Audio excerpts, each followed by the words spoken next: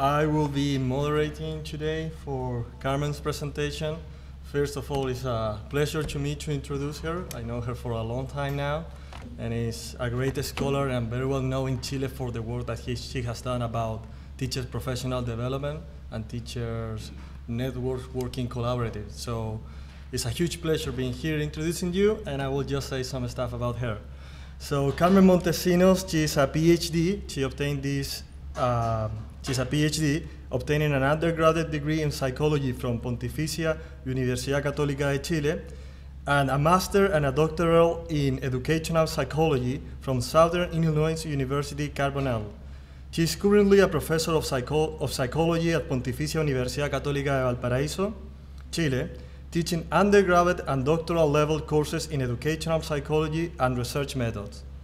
Since 2008, she has been a senior researcher at the Centro de Investigación Avanzada en Educación, CIAE, Universidad de Chile. This is a network of the most important universities in Chile. There are 3, so there is like the Center of Higher Research in Education in Chile.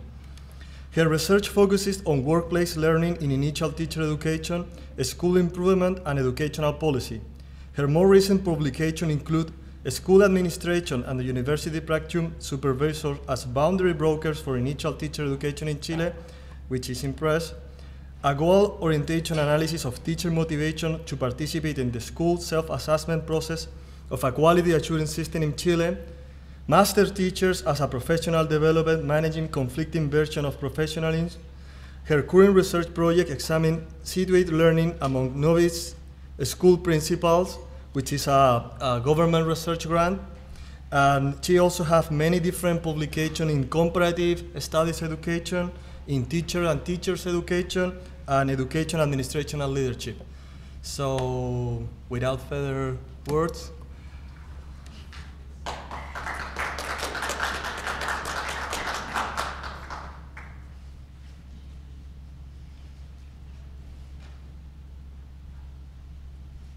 Buenos días.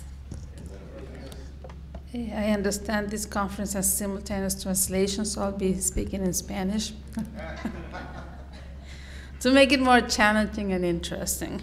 I don't know how much you all know about Chilean educational system, so those who feel like they really know a lot will have to bear with the ones who, are being introduced. Because I'm going to try to go through like a history of 35 years of market privatization policies. And in contrast to the papers that have preceded me, this paper is really not a research-based paper, but more is a policy analysis paper. So I'm looking at it more from a policy analysis perspective. I have eliminated all the references to authors because of that, just not to clutter the PowerPoint so much, but they're all in the paper. So we start with the idea that Chile pioneered this idea of a market provision for educational services. In the 80s, we had a decentralization, so the state gave the responsibility for managing schools to the municipalities. During that time, we had a weak investment in educational infrastructure. Teacher salaries were drastically reduced. There were benefits were reduced. And ultimately, what happened was that the status of the teaching profession was lost. Chile had a tradition of very strong teacher union. The government, of course, dismantled the union. And they added incentives so more private providers would come into the system. So as you can see, I have a little picture of money there because it really became private providers could go into the system as for-profit organizations. So vouchers were used for profit. Then we continue with the idea that until then the state had what was called the education state, in the Napoleonic sense that the state was responsible for educating citizens, and now the state became subsidiary. The responsibility became to provide vouchers so the local communities could make decisions.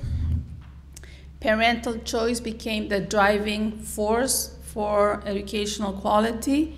And so the role of the ministry was basically to provide funding and control that nothing was fraudulently used. The government did not allow, provide any provisions to control how the schools spend the money or the quality of the education. So the state really gave the money, and unless it was like a big, financial problem, they didn't have any tools to involve. Schools were given autonomy to recruit and retain students. And basically the whole idea of market is, if you decentralize the system, there's going to be more innovation, flexibility, and ultimately you're going to improve quality. So in 1990, and after 17 years, we get a democratically elected government that ran on a center-left platform, but ultimately, because of all the fragility of the transition from dictatorship to democracy, the government decided to maintain the market model, and not only maintain it, but to deepen it. So now what we had were a lot of investment in terms of trying to improve the quality by changing the curriculum. And the idea of our government was that we needed to compete worldwide, so we started having these worldwide standards, PISA, and all kinds of testing programs. And the curriculum was designed without the participation of teachers. So basically they hired supposedly high-level content experts, physicists, chemistry, people who had never been in a school after they left it, to decide what the curriculum should look like. And the curriculum design was just a technical problem, picking up content that could make us competitive in the world market. And also a lot of assessment was introduced. And basically the assessment, the main purpose for introducing assessment, and this is on record, was to inform consumer choice. So how can parents decide where to go send their kids is by having information, and the test was going to provide that information. The other thing is that supposedly the test scores would also provide the ideas for the government to where invest money, so where to put low-performing schools needed more money and so forth. And of course, as we know, then the test drove the curriculum, and teachers started teaching to the test. Another big initiative at the time was modernizing the teaching force, and here what we see is that teachers had been civil servants, and now they became entrepreneurs. In order for a teacher to increase their salary, they had to go through a linear set of tests, and for every test they passed, they got a financial incentive. If the school got a particular test on the national test, the school got an incentive.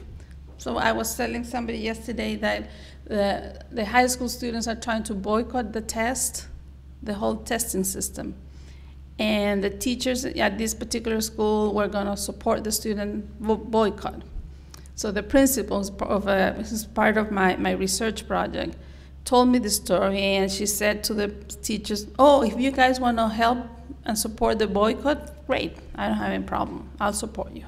However, I want everybody to understand that if you do that, you're going to lose the bonus. So for the next 2 years, we will not get that financial bonus associated with giving the test. Then she had 96% of the students showed up for the test. So the test system is set up in ways that provide financial incentive to teachers, so teachers have a vested interest in maintaining the test.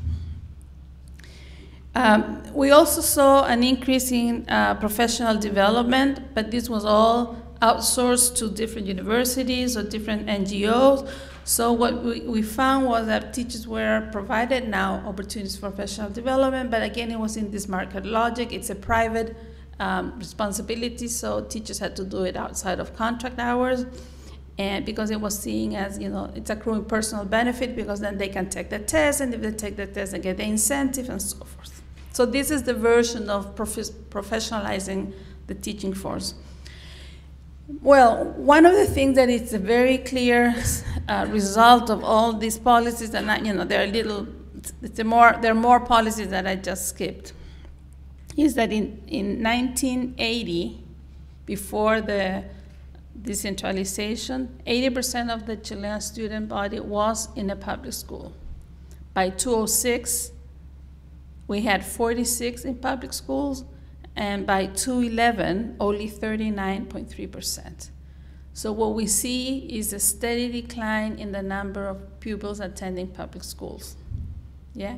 But not only that, the people who are in public schools are the people who really can't choose to go anywhere else because they're very marginalized financially. For example, the parents can afford the bus to go take the kid to the school because the schools do not provide public transportation and so forth.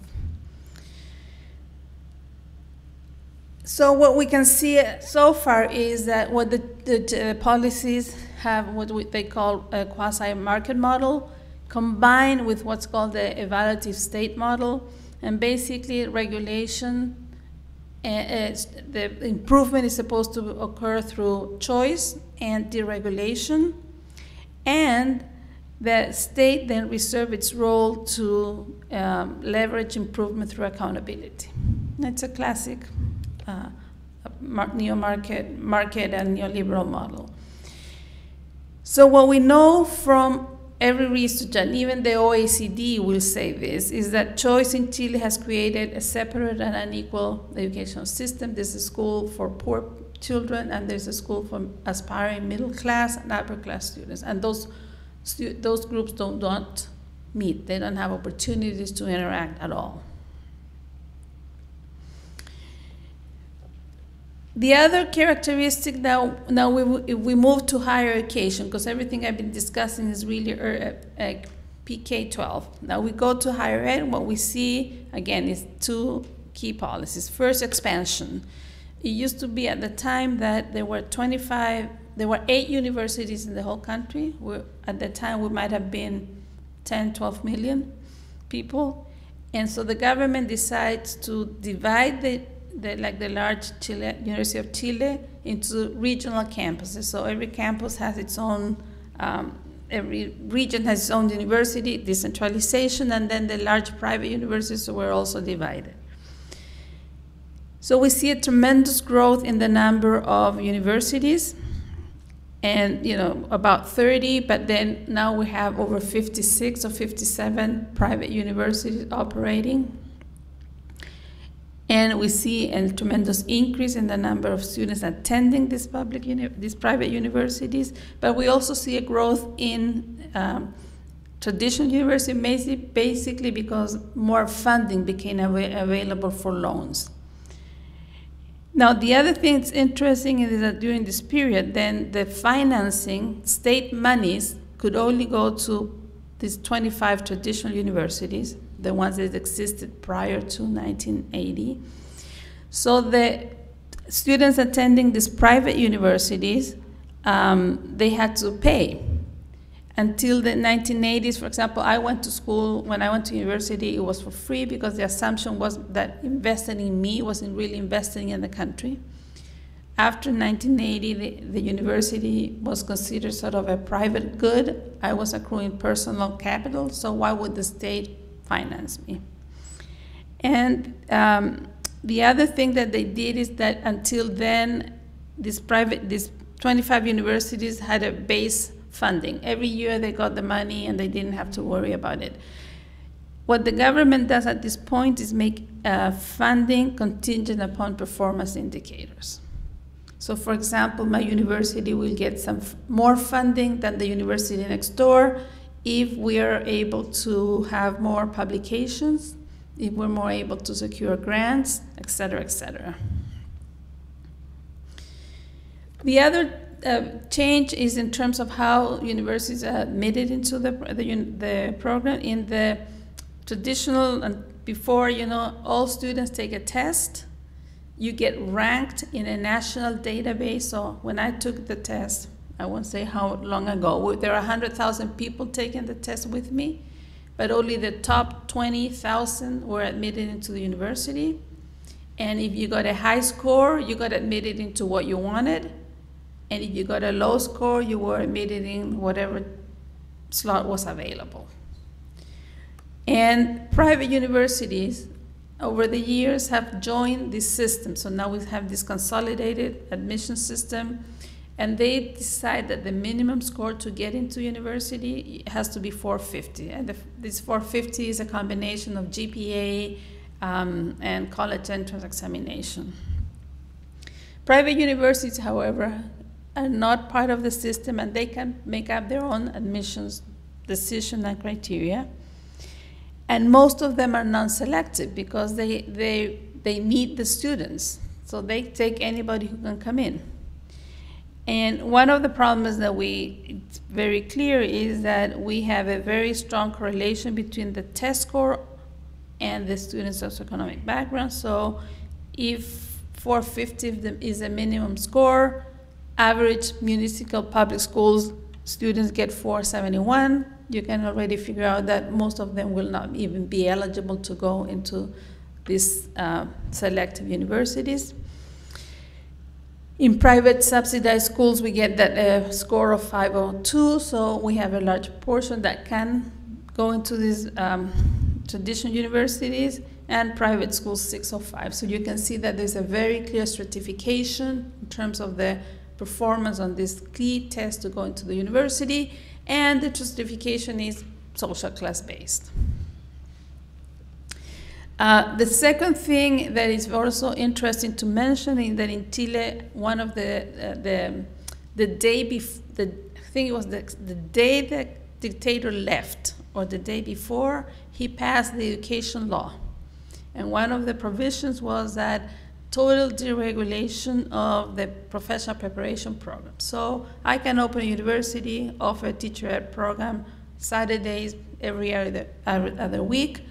You can offer a program, rigorous every week, your content and so forth. So the state has no tools to regulate the quality of teacher education. We don't have standards. The standards that came up are voluntary. People may follow or may not. And because the idea is that the market will operate to improve quality, there are a lot of incentives for university to be high quality. For example, if I get a student who comes in with a test score of 600, I'll get $100. But if I can get a student with 750, then I'll get 200. So the university incentive is to be good so they can attract good students, because good students are going to bring more money. Now, what I've told you seems like a horror story, but one thing that's very clear is that what this enabled was an expansion in the system in terms of the number of students who could now go to tertiary education. In 2003, 70% of the students were first generation college educated, and 38% of the students that could be in college, traditionally students, were at the university. Compared to when I went to school, it was like 20% or less. But the problem is that the university system expands without regulation, so the state cannot guarantee quality in those programs. And the idea is that it's really the student's responsibility to become knowledgeable of the quality of the program and choose right. So the state's role then is to develop tools to inform students. We had a short-lived, horrible example of neoliberalism. We had a minister who came into the power, and he decided that the best way to inform parents was to have stoplights. So schools could be colored red, yellow, or green. So then you would map the whole city and see where all the red lights were, or the green, and so well, you can tell what happened. And fortunately, that was short-lived because didn't make sense. The red light business, but here meant don't go in there. The other thing that the government did was to create a voluntary accreditation system, again, because of all the law that gives complete freedom to universities to do whatever they want.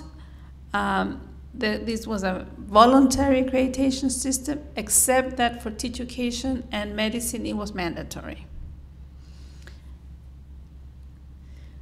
Okay, so that's sort of the policy context in which we're going to now start looking specifically how teacher education operates. First of all, you know, I'm just sort of giving you a general view, is that teacher education is university-based. In Latin America, there are still many countries where teacher education is based in normal schools or not at the university. We do have 3 types of programs. We will prepare elementary, early childhood, and secondary, and there's some few programs for like physical education, technical education that are broader. And until 2009, you know, there's a new educational law that comes out in 2009, and it's the result of the student movement of 2006. So one of the things that, you know, that will be a completely different presentation, so I'm not going to go there. But in Chile, the students, high school students, have been the strongest advocate for educational reform to dismantle the neoliberal model, and they pretty much paralyzed the whole education system in 2006 and 2007. High school students, joined by college students. And as a result of that, there was a new law in 2009, and this new law had many things, but one of the things that, you know, it's very interesting is that it opened the possibility for people who were not teachers to teach in secondary schools, and coincidentally, it was the same year that Enseña Chile, Teach for America, showed up. Coincidence. Now, when we look at the specific expansion of teacher education, we see that there were 49, 2008, there were 49 institutions offering degrees. 26 of them were non-traditional private universities. 5 were professional institutes, and 18 traditional universities. Now, the professional institutes, in 1990, when the government had opened, you know, the provision of educational service to whoever wanted to offer a teacher education program, professional institutes like technical colleges came into the picture, and when the law changed that it needed to be university-based, these people could continue offering, but they could not open new programs. Now in 2014, they've closed them down. In 2011, there were 850,000 people in higher ed, about 1 million people. 245, or 13.8% were teacher education candidates. So we have a huge number of people in our teacher preparation programs. And this growth is mostly in the private sector. So most of the people that are entering teacher education are going to these non-selective universities. From 2000 to 2008, they grew by 566% their enrollment. Now, the programs that are offered by traditional universities have a stronger admissions requirement. 57% of the programs that are these private universities do not have admissions requirement. And like in 2000, 22% of the students in teacher education were in selective universities. By 2008, 9% were in non-selective universities, private. And in 2011, 66% of the graduates had not obtained the minimum score to even go into the university, because they go to these private universities that have no requirements. So how do you explain then that so many people want to go into become teachers when teaching is a low status profession, it doesn't pay very much, and so forth? First, I think that, you know, as we know, teaching is sort of the first step to move from the proletariat into the middle class. So it was an opportunity for social mobility. Second, the state had offered a number of loans, but most importantly, these private universities offer their own loans. So they, you know, people would come in and they would say, don't worry, we'll give you the money to study, and so forth. And there was a segment for these people who wanted to go to university but were not going to be admitted in the programs that were more selective. And there was a small increase in demand because the government passed legislation, so now instead of being half-day schools, we needed full-day schools. So we needed more teachers, but that doesn't really account for the whole picture.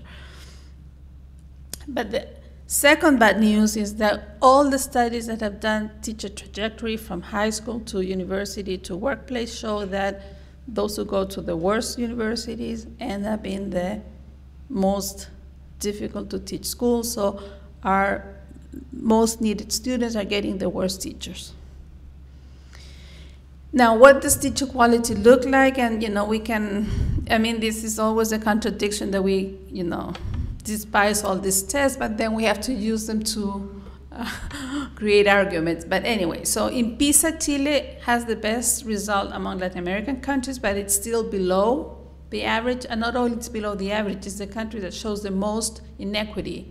So when you look at the correlation between the student background and tests, Chile is at the worst. It's at the bottom of that quadrant. Chile education candidates participated in the TEDS-M, which is this international math test. We were 16 out of 17. And then the government invented this exit test called Inicia. And here we find that 69% of the students that take the test do not pass the test. So of course, all this feeds into the idea that teacher education is bad and so forth. So how is the government proposing to solve this? And this is interesting because these policies have been proposed both by right-center government as well as by our center-left government. So the agreement in Chile that market is good hasn't changed. And my hope was that with the new government they would change it, but they haven't. Basically, all they want to do is strengthen the information that consumers, students, get to make choice. First, by strengthening accreditation. Second, by raising entry requirements. And third, by creating a test, an exit test. But what is the problem? We have an accreditation law that is only required for programs receiving public funding, which means that most of the students, 66%, are going to be trained in universities that are not accredited. And the other thing that's interesting, that all accreditation they just have for profit. So it's under benefit to accredit the programs. Nobody's going to hire an accreditation agency that fails most of them. Second, the problem is that they're trying to increase the score for people going to teaching, but we already know that the scores are class-based. And so what the government is really is making students responsible for their own quality. They have to come in better prepared to the program. The students who are graduating from low ACS are not going to have a chance to go into teacher ed because they don't have the minimum scores. As I say, 51% of the students in public schools get the score that would even allow them to enter the university. So we're going to end up having a very homogeneous teaching force that is middle class and upper class, and we already know that those people don't want to teach in public schools. The test, this Inicia test, it's going to be mandatory and high stakes for teacher candidates because if they don't pass the test, they cannot get employment. However, it will only apply for subsidized schools. So again, the private sector is operating at a very different set of regulations. The Inicia test shows again that very selective programs yield better results, but we all know that these programs also work with different socioeconomic groups. The test is voluntary, and in 2012, the last testing, the teacher education students boycotted the test.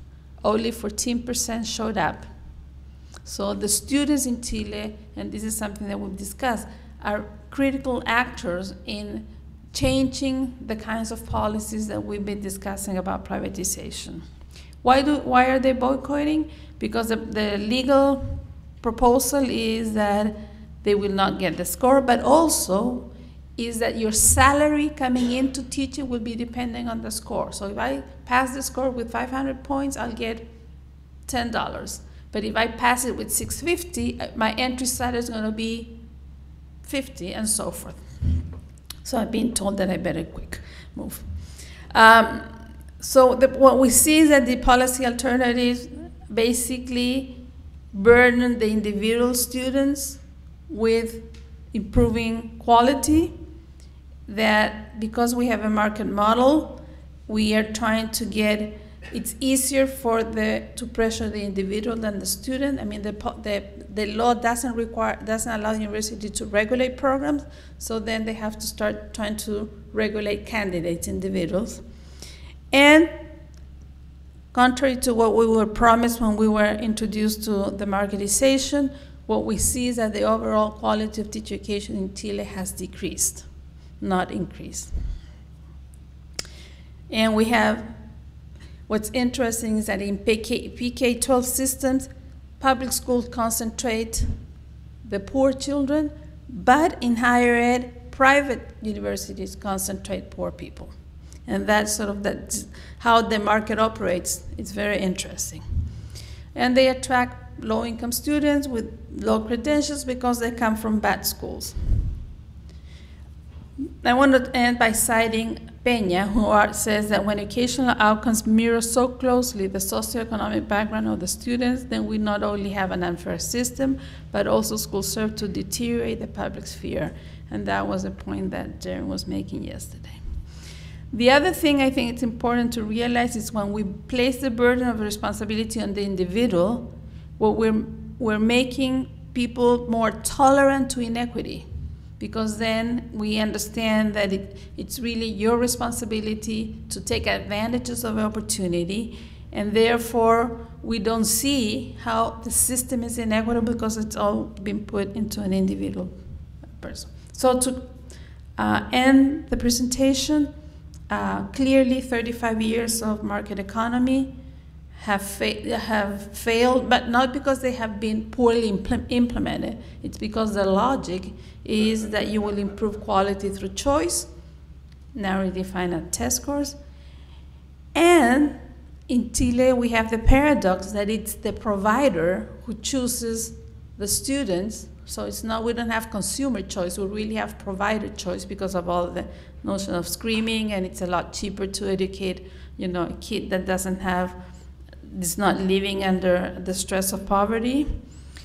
And the thing that what we need to always remember is that the private-public discussion is only relevant when you have a weak education public system. In schools where public education is good, this is not an issue. Thank you.